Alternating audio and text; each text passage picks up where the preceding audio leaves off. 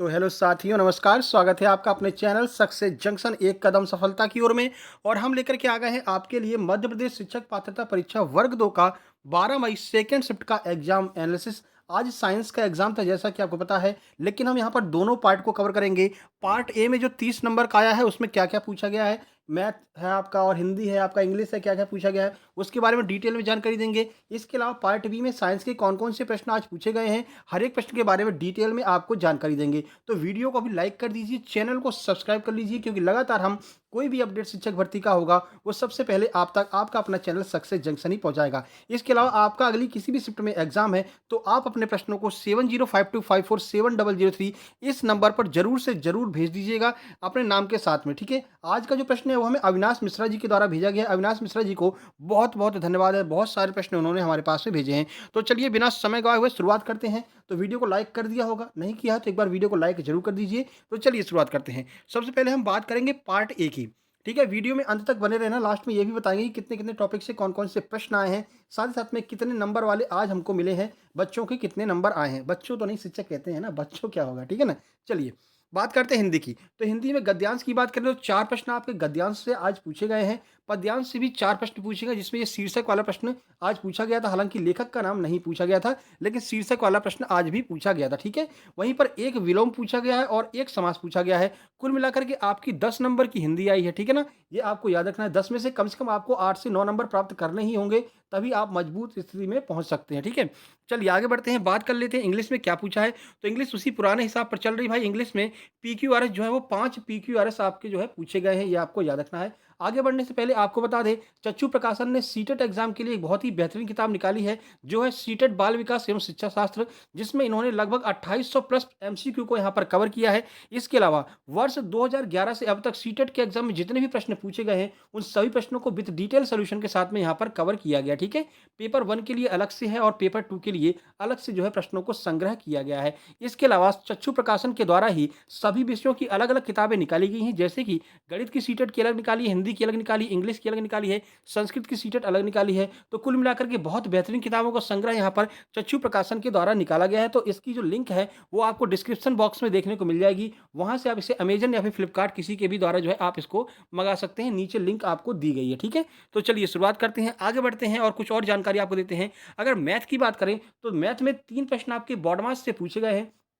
सुबह विभाज्यता के नियम आए थे, लेकिन इस टाइम जो है वो बॉडमास से जो है आपके प्रश्न पूछे गए हैं। ठीक है, चलिए बात कर लेते हैं बाल विकास की। लगभग 7 से 8 प्रश्न जो हैं वो बाल विकास के पूछे गए थे। कौन कौन से टॉपिक से कवर किए गए थे, देखिए जीन पियाजे से एक प्रश्न पूछा था, कॉन्क्रीट और पर्सनल स्टेज जो होती है वहां से एक प्रश्न पूछा था, वृद्धि और विकास से कुल 2 प्रश्न पूछे गए थे, प्रयोगशाला विधि आज पूछी गई थी और बुद्धि से एक प्रश्न पूछा गया है, और लॉजिकल बाल विकास जो है, बाकी जो बचे हुए प्रश्न हैं वो लॉजिकल बाल विकास के, यानी कि बच्चे कैसे क्या कार्य करते हैं उनके ऊपर जो ये प्रश्न जो है आपके पूछे गए हैं। ठीक है, चलिए आगे बढ़ते हैं और अब हम बात करने वाले हैं साइंस की। साइंस के पार्ट बी में 120 प्रश्नों में से जितने भी प्रश्न हमको मिले हैं वो सारा हम आपको डिटेल में जानकारी देने वाले हैं। सबसे पहले जीके का एक प्रश्न पूछा गया था, भारतीय नौसेना दिवस कब मनाया जाता है। तो आपको पता है 4 दिसंबर को भारतीय नौसेना दिवस मनाया जाता है। क्यों मनाया जाता है, आइए पूरी जानकारी आपको देते हैं। तो हर साल 4 दिसंबर को भारतीय नौसेना दिवस यानी कि नेवल डे मनाया जाता है। यह दिन पाकिस्तानी सेना पर भारतीय नौसेना की जीत के लिए याद किया जाता है। ठीक है, यह दिन 1971 के भारत पाक युद्ध के दौरान भारतीय नौसेना के ऑपरेशन ट्राइडेंट, ये ऑपरेशन पूछा गया है कि 1971 में भारतीय नौसेना ने कौन सा ऑपरेशन चलाया था। तो ऑपरेशन ट्राइडेंट की उपलब्धियों को याद करने के लिए जो है इसको मनाया जाता है। इंडियन नेवल डे जो है वो 4 दिसंबर को इसीलिए मनाया जाता है। ठीक है, चलिए आगे बढ़ते हैं। और आज यहाँ पर जो यूनिट को चेंज करने के लिए बहुत सारे प्रश्न आए हैं। एक प्रश्न आज आपका पूछा गया था कि 1 मिलीमीटर में कितने जो है आपके मीटर होते हैं। तो याद रखिएगा 1 मिलीमीटर में 0.001 मीटर होते हैं, ये आपको याद रखना है। तो जो 1 मिलीमीटर होता है वो 1 मीटर का 1,000वां हिस्सा होता है। देखिए, तो मिलीमीटर लंबाई या दूरी के मापन की इकाई होती है, या 1 मीटर के 1,000वें हिस्से के बराबर होती है। यानी कि जो 1 मिलीमीटर होगा वो 1 मीटर का 1,000वां हिस्सा होता है, यानी कि 1000 का आपको डिवाइड लगाना पड़ेगा। ठीक है, चलिए आगे बढ़ते हैं। 1 किलोग्राम में कितने पौंड होते हैं, यह प्रश्न पूछा गया है। तो याद रखना 1 किलोग्राम में 2.2046 पौंड होते हैं। याद रखना, तो 1 किलोग्राम 2.2046 पौंड के बराबर होता है। ये यूनिट को जो कन्वर्जन है, यहाँ से 2 से 3 प्रश्न आज आपके पूछे गए हैं। ठीक है, चलिए आगे बढ़ते हैं। पीएच स्केल में सबसे ज़्यादा अम्लीय मान कौन-सा है? देखिए पीएच स्केल में काफ़ी सारे मान दिए हुए थे, यानी 0 से 3 दिया हुआ था, उसके बाद 5 से 7 दिया हुआ था, 4 से 6 दिया हुआ था। उसमें ये पूछा था कि सबसे ज़्यादा अम्लीय मान कौन-सा है? तो सबसे ज़्यादा अम्लीय की बात करते हैं तो 0 से जो 3 तक का मान होगा, वो सबसे ज़्यादा अम्लीय होगा। अगर पीएच स्केल की बात करते हैं, सुबह भी पीएच स्केल से काफ़ी प्रश्न आए थे देखिए, तो किसी विलयन का पीएच 0 से 14 के बीच में होता है। पीएच पैमाने में 0 से 7 के बीच के पीएच वाले जो विलयन होते हैं वो अम्लीय कहलाते हैं और पीएच पैमाने पर पीएच का मान 7 से 14 के बीच होता है जो विलयन क्षारीय रूप में जाना जाता है। देखिए हम आपको सिंपल में समझाते हैं, कहना क्या चाह रहा है देखिए यहाँ देखते हैं, ठीक है? तो ये आपका पीएच पीएच पैमाना होता है, ठीक है? ये आपका पीएच पैमाना होता है, यहाँ पर बिल्कुल बीच में 7 होता है और ये होता है आपका उदासीन। इसके जितना इधर जाते जाएँगे उतना आपका अम्लीय होता जाएगा, इसके जितना इधर जाते जाएँगे उतना आपका क्षारीय होता जाएगा, ठीक है? तो 0 से 3 तक जो है वो सबसे ज़्यादा अम्लीय होता है और बीच में आपका उदासीन होता है, जो उदासीन आपका जल जो है वो उदासीन होता है, ठीक है ना? ये कई बार पूछा गया कि जल का पीएच मान कितना होता है? 7 होता है और जिसका 7 होता है वो आपका उदासीन होता है। चलिए, द्विनाम पद्धति के जनक कौन थे? तो याद रखना कैरोलस लीनियस जो हैं वो द्विनाम पद्धति के जनक माने जाते हैं। तो देखिए द्विनाम पद्धति को जीवों के नामकरण के लिए कैरोलस लीनियस ने 1753 में प्रचलित किया था। इस पद्धति के अनुसार प्रत्येक जीवधारी का नाम लैटिन भाषा के 2 शब्दों से मिलकर के बना है। पहला शब्द जो है वो वंश को दर्शाता है। ये प्रश्न पूछा जा चुका है कि जो आपका द्विनाम पद्धति में पहला शब्द क्या दर्शाता है? तो पहला शब्द वंश को दर्शाता है, वंश के नाम को यानी जेनेटिक नेम को दर्शाता है और दूसरा शब्द जो होगा वो जाति के नाम को दर्शाएगा यानी कि स्पेसीज के नाम को दर्शाएगा। जैसे होमो सेपियंस है, तो इसमें होमो क्या है? होमो हमारी जाति का नाम, जो होमो होगा वो हमारा जो है वंश का नाम होगा और सेपियंस जो है वो हमारी जाति का नाम होगा। ठीक है? होमो सेपियंस जानते हैं किसका नाम है? मानव का जो है रासायनिक नाम, जो मतलब मानव का वैज्ञानिक नाम होमो सेपियंस होता है। ठीक है? अगला पूछा था फेरम किसका लैटिन नाम है? यानी कि लैटिन में फेरम किसको कहते हैं? तो लोहे का जो है लैटिन नाम जो है वो फेरम होता है। ठीक है ना? आपने सुना भी होगा फेरस, फेरिक ऑक्साइड, ये सब लोहे के ही अयस्क होते हैं। तो यहाँ से भी आप आइडिया लगा करके थोड़ा-सा बता सकते थे। तो फेरम लोहे के लिए लैटिन शब्द है और इसके रासायनिक प्रतीक जो होता है वो Fe होता है। रासायनिक प्रतीक काफ़ी सारे पूछे जा रहे हैं आवर्त सारणी से। आज सुबह भी 56वां तत्व पूछा गया था बेरियम के बारे में। तो यहाँ भी जो Fe होगा वो आपका रासायनिक प्रतीक होता है। ठीक है? आगे अगर आपका साइंस का कोई भी एग्जाम है तो याद रखना सुबह जो वीडियो हमने अपलोड की है, सुबह वाली वीडियो में काफ़ी सारे बहुत महत्वपूर्ण प्रश्न बताए हैं, ठीक है ना? और ऐसे प्रश्न हैं जो बार-बार रिपीट हो रहे हैं, तो सुबह वाली वीडियो भी ज़रूर देख लेना। इस वीडियो के अंत में आपको इसी स्क्रीन पर दिखाई दे जाएगी वो वीडियो भी, ठीक है? चलिए, केल्विन को सेल्सियस में बदलने का सूत्र क्या होता है? ये पूछा गया था। तो केल्विन को अगर सेल्सियस में बदलना है आपको तो कैसे करेंगे? देखिए C प्लस 273.15 बराबर केल्विन होता है, ठीक है ना? सेल्सियस में 273.15 अगर आप जोड़ देंगे तो वो केल्विन बन जाता है, ठीक है? तो सेल्सियस से केल्विन का जो सूत्र होता है वो C प्लस 273 प्लस 15 बराबर केल्विन होता है। केल्विन का तापमान, केल्विन जो है ना वो तापमान की एसआई इकाई होती है, इसका मात्रक के होता है। जैसे कि मान लीजिए अगर 1 डिग्री सेंटीग्रेड को बोला जाता है केल्विन में बताइए, तो बस इसमें कुछ नहीं करना है आपको, 273.5 जोड़ देना है। तो आंसर क्या आ जाएगा? 274.15 जो है वो आपका आंसर आ जाएगा। मतलब कि कोई भी आपको मान दिया गया हो, अगर आप उसमें 273.15 जोड़ देंगे तो वो केल्विन में चेंज हो जाता है, ठीक है? चलिए, किसी वस्तु का वेग दुगना करने पर गतिज ऊर्जा पर क्या प्रभाव पड़ेगा? भाई अगर लाइक नहीं किया हो तो लाइक कर देना भाई, है ना? बार-बार कहलवाते हो भाई फिर भी लाइक नहीं करते हो। ठीक है ना? चलिए, तो किसी वस्तु का वेग दुगना करने पर गतिज ऊर्जा पर क्या प्रभाव पड़ेगा? तो वेग दुगना करने पर जो गतिज ऊर्जा है वो आपकी 4 गुना बढ़ जाती है। देखिए, यदि वेग दुगना कर दिया जाए तो जो संवेग होता है ना, संवेग 2 गुना बढ़ता है और गतिज ऊर्जा 4 गुना बढ़ जाती है। ये दोनों आपको याद रखना है। आज गतिज ऊर्जा पूछा है, हो सकता है अगले एग्जाम में आपसे जो है संवेग पूछ लें, ठीक है? गतिज ऊर्जा का सूत्र क्या होता है? ये आगे पूछा जा सकता है। तो जो काइनेटिक एनर्जी होती है वो 1/2 mv² ये काइनेटिक एनर्जी का सूत्र होता है, ठीक है ना? याद रखना भाई संवेग दुगना होता है, ठीक है? कई बार लोग कन्फ्यूज़ जाते हैं, गतिज ऊर्जा मतलब 4 गुना बढ़ेगी, संवेग बढ़ेगा, तो संवेग दुगना होता है, गतिज ऊर्जा 4 गुना बढ़ जाती है, ठीक है ना? चलिए आगे बढ़ते हैं। एल्कीन का फ़ॉर्मूला आज पूछा गया है। एल्कीन का फ़ॉर्मूला CnH2n जो है आपका एल्कीन का फ़ॉर्मूला होता है, बड़ा सिंपल सा ये आपसे प्रश्न पूछा गया था। सोडियम बाइकार्बोनेट का सूत्र एवं कार्य अलग-अलग पूछा गया था, हमने एक साथ में यहाँ पर लिख दिया है। तो सोडियम कार्बोनेट का जो सूत्र है वो आपका NaHCO3 होता है। पटवारी में भी कई बार पूछा गया था। अब यहाँ पर बात कर लेते हैं इसका कार्य क्या होता है। तो सोडियम बाइकार्बोनेट एक कार्बनिक यौगिक है। इसे मीठा सोडा या फिर खाने का सोडा या फिर बेकिंग सोडा भी कहते हैं। तीनों नाम याद रखना, ठीक है ना? ये जो है खाने के सोडा में जो है इसका यूज़ किया जाता है। इसका कार्य भी अलग से पूछा गया था, ठीक है ना? क्योंकि विभिन्न व्यंजनों को बनाने में इसका उपयोग किया जाता है। इसका अर्धसूत्र जो है वो NaHCO3 होता है। इसका IUPAC नाम जो है वो सोडियम हाइड्रोजन कार्बोनेट होता है। ये 3-4 पॉइंट आपको याद रखने हैं। IUPAC नाम याद रखना है, इसका सूत्र याद रखना है, इसका काम क्या होता है, ये तीनों चारों चीज़ें आपको याद रखनी है। देखिए, हम एक-एक प्रश्न के बारे में डिटेल में इसीलिए जानकारी देते हैं कि आपको ज़्यादा से ज़्यादा जो है जानकारी, ज़्यादा से ज़्यादा फ़ायदा मिल सके। अगर आप अपना टाइम इन्वेस्ट यहाँ पर कर रहे हैं, तो ज़्यादा से ज़्यादा आपको फ़ायदा मिल सके, ठीक है ना? आप वीडियो को लाइक करेंगे और कमेंट बॉक्स में एक प्यारा-सा कमेंट कर देंगे, ठीक है ना? नाइस ही लिख दीजिए, कुछ नहीं तो, ठीक है ना? चलिए, इनमें से कौन-सी परत समताप मंडल में पाई जाती है? तो आपको सबको पता है, ओज़ोन परत जो है वो समताप मंडल में पाई जाती है, ठीक है ना? अब इसका कार्य क्या होता है, आइए देख लें। तो ओज़ोन परत मुख्य रूप से समताप मंडल के निचले हिस्से में पृथ्वी से लगभग 20 से 30 किलोमीटर की ऊँचाई पर जो है ये जो समताप वो आपकी ओज़ोन परत है वो पाई जाती है। ओज़ोन परत ज़्यादातर निचले समताप मंडल में जो है वो स्थित होती है, ठीक है? ओज़ोन परत क्या करती है? तो ओज़ोन परत पराबैंगनी किरणें जो सूर्य से आती हैं उनको सोख लेती है, जिससे कि जो मानव है वो कई सारी बीमारियों से बच जाते हैं। लेकिन अब ओज़ोन परत में छिद्र देखा गया है, यानी कि अब पराबैंगनी किरणें सीधे नीचे आती हैं, ठीक है ना? पराबैंगनी किरणों के नीचे आने से क्या होगा? मानव को जो स्किन कैंसर वाली बीमारी होती है, वो पराबैंगनी किरणों की वजह से ही होती है, ठीक है? ओज़ोन का सूत्र O3 होता है, ये आपको याद रखना है, ठीक है? चलिए, ओज़ोन किससे बढ़ती है? तो क्लोरोफ्लोरोकार्बन के बढ़ने की वजह से ओज़ोन जो है उसमें छिद्र हो रहे हैं, ठीक है ना?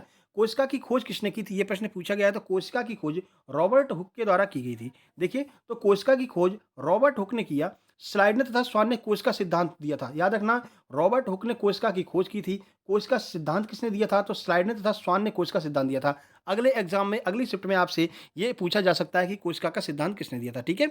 जिसके अनुसार सभी सजीवों का शरीर एक या एक से अधिक कोशिकाओं से मिलकर के बना होता है तथा सभी कोशिकाओं की उत्पत्ति पहले से उपस्थित एक कोशिका से ही होती है। यानी कि सबसे पहले एक कोशिका बनती है, फिर उसी एक कोशिका से कई सारी कोशिकाओं का निर्माण हो जाता है। ये स्लाइडेन तथा स्वान ने बताया था, ठीक है? ये उन्होंने कोशिका सिद्धांत दिया था। चलिए, प्रोटीन संश्लेषण में कौन-कौन भाग लेता है, ये पूछा गया था।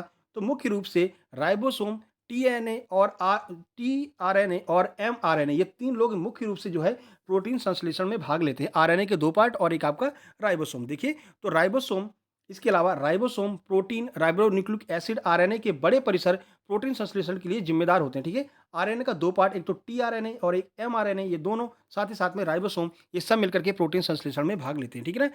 एक सूत्र यहाँ पर दिया गया था और इसका नाम पूछा था, CnH2n+2 का नाम क्या होता है? तो ये आपका एल्केन का सूत्र दिखाई दे रहा है आपको, ठीक है ना? देखिए, तो एल्केन का सामान्य सूत्र जो है वो CnH2n+2 होता है। यहाँ N एल्केन के एक अणु में उपस्थित कार्बन परमाणुओं की संख्या होती है, ठीक है?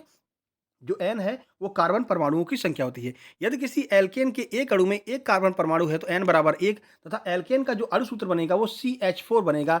एल्केन श्रेणी का जो प्रथम सदस्य है वो आपका CH4, यानी कि मेथेन जो है वो आपके एल्केन श्रेणी की प्रथम सदस्य होती है। ठीक है? चलिए आगे बढ़ते हैं। द्रव की अविनाशिता का नियम किसने दिया था? द्रव की अविनाशिता का नियम होता क्या है और किसने दिया था? ये भी हम आपको बताने वाले हैं। तो आंतोइन लावंजिए जो हैं, ये आपके एक फ्रांसीसी वैज्ञानिक हैं। इन्होंने जो है द्रव की अविनाशिता का सिद्धांत दिया था। कैसे? तो देख लीजिए। यह नियम सर्वप्रथम फ्रांसीसी रसायन शास्त्री आंतोइन लावंजिए द्वारा 1789 में दिया गया था। द्रव की अविनाशिता का नियम है क्या, ये देख लीजिए। तो द्रव की अविनाशिता अथवा द्रव संरक्षण का नियम के अनुसार किसी संवृत तंत्र का द्रव्यमान अपरिवर्तित रहता है। मतलब द्रव्यमान हमेशा अपरिवर्तित रहेगा, चाहे उस तंत्र के अंदर कोई भी प्रक्रिया चल रही हो। दूसरे शब्दों में अगर हम बात करें तो द्रव का ना तो निर्माण संभव है और ना ही विनाश। बिल्कुल ऊर्जा की तरह है। ऊर्जा ना तो निर्माण संभव है, ना ही विनाश संभव है, केवल उसका स्वरूप बदला जा सकता है। सेम उसी तरह जो है ये सिद्धांत भी इन्होंने दिया था। ठीक है? ऊर्जा संरक्षण के सिद्धांत के समान ही इनका ये भी सिद्धांत है। तो अगले एग्जाम में आपसे ऊर्जा संरक्षण का सिद्धांत पूछा जा सकता है। खाद्य पदार्थों को सुरक्षित कैसे रखा जाएगा, ये प्रश्न पूछा था, तो सबको पता है। ऑप्शन भी काफ़ी अच्छे ऐसे ही ऑप्शन दिए हुए थे। ढक कर, खुला छोड़ करके, पानी डाल करके, कैसे? तो याद रखना, हमेशा ढक कर रखने से खाद्य पदार्थों का जो है संरक्षण किया जा सकता है, खराब होने से बचाया जा सकता है। अब आजकल तो फ्रिज में डाल देते हैं, ठीक है ना? चलिए, चुंबकीय तीव्रता की इकाई क्या होती है? तो टेस्ला जो है वो आपकी चुंबकीय तीव्रता की इकाई होती है, ठीक है ना? देखिए, तो चुंबकीय क्षेत्र की एसआई इकाई टेस्ला है। चुंबकीय क्षेत्र की शक्ति 2 तरीकों में से एक है जिसमें चुंबकीय क्षेत्र की तीव्रता को व्यक्त किया जा सकता है। एक टेस्ला बराबर 104 गॉस होता है, ये आपको याद रखना है। एक टेस्ला बराबर 104 गॉस होता है। तो गॉस और टेस्ला ये दोनों चुंबकीय क्षेत्र की इकाई होती हैं, ठीक है ना? चलिए आगे बढ़ते हैं। विद्युत धारा की इकाई क्या होती है, ये आपसे पूछा गया, तो सबको पता है भाई, विद्युत धारा की इकाई एम्पीयर होती है, ठीक है ना? विद्युत धारा की इकाई क्या होती है? एम्पीयर होती है। तो विद्युत धारा की एसआई इकाई एम्पीयर है। परिपथों की विद्युत धारा मापने के लिए जिस यंत्र का प्रयोग किया जाता है उसे एमीटर कहते हैं। बहुत महत्वपूर्ण प्रश्न ये पूछा जाएगा कि परिपथों की विद्युत धारा मापने के लिए किसका प्रयोग करते हैं? तो एमीटर का प्रयोग करते हैं, ठीक है? एम्पीयर की परिभाषा की बात करें तो एक विद्युत परिपथ में 1 कूलाम आवेश 1 सेकंड में प्रवाहित किया जाता है। तो परिपथ में जो विद्युत धारा बहती है उसे हम 1 एम्पीयर कहते हैं। सीधे-सीधे एक बार ये पटवारी में यही परिभाषा ही पूछ ली थी। किसी विद्युत परिपथ में 1 कूलाम आवेश 1 सेकंड में प्रवाहित करने पर जो धारा उत्पन्न होती है उसे हम क्या कहते हैं? तो वो आपका 1 एम्पीयर मान के बराबर होता है, ठीक है? तो ये कुछ महत्वपूर्ण प्रश्न थे जो हमने आपको आज करा दिए, जो आपके सेकंड शिफ्ट में पूछे गए थे।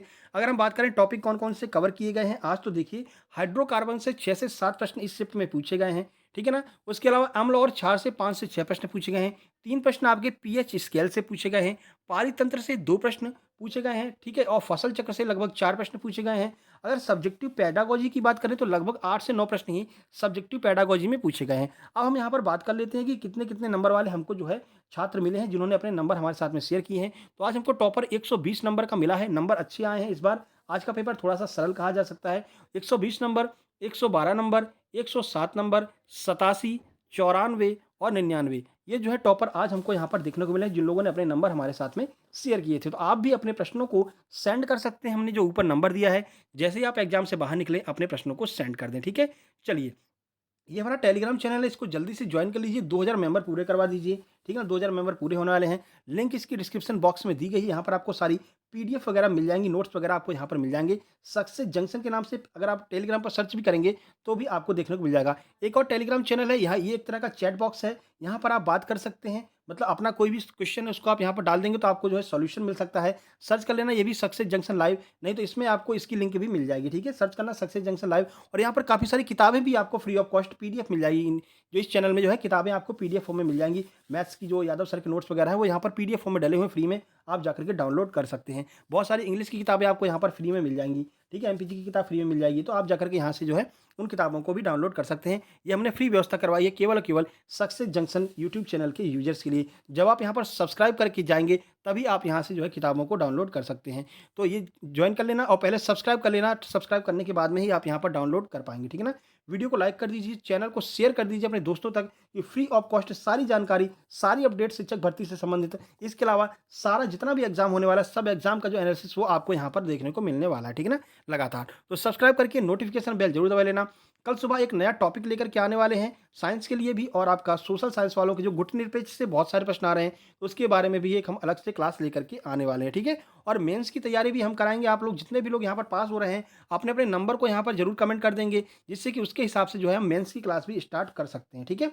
मतलब साइंस की मेंस की क्लास, साइंस और सोशल साइंस की मेंस की क्लास जो है वो हम स्टार्ट करने वाले हैं बहुत जल्द ही, जैसे ही आपका एग्ज़ाम समाप्त होता है। तो सब्सक्राइब जरूर कर लेना, जल्द ही मिलते हैं कल सुबह। तब तक के लिए नमस्कार, धन्यवाद।